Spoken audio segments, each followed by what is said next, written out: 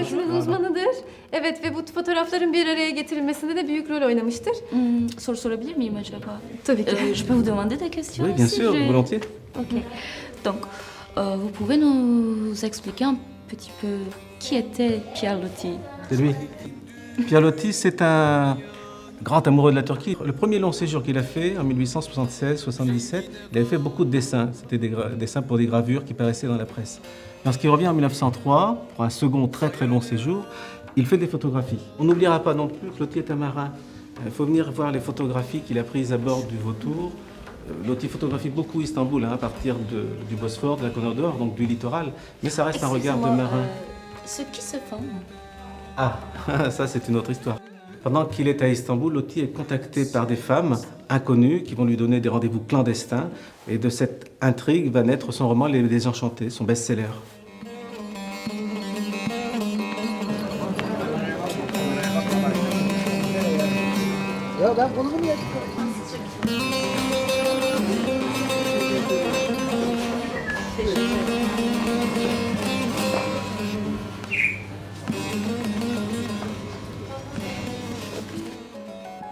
C'est une histoire entièrement imaginée.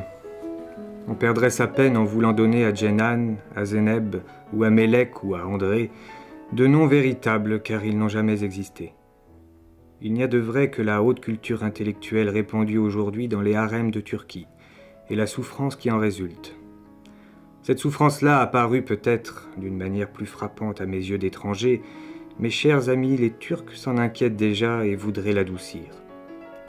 Le remède, je n'ai bien entendu aucune prétention à l'avoir découvert, quand de profonds penseurs là-bas le cherchent encore.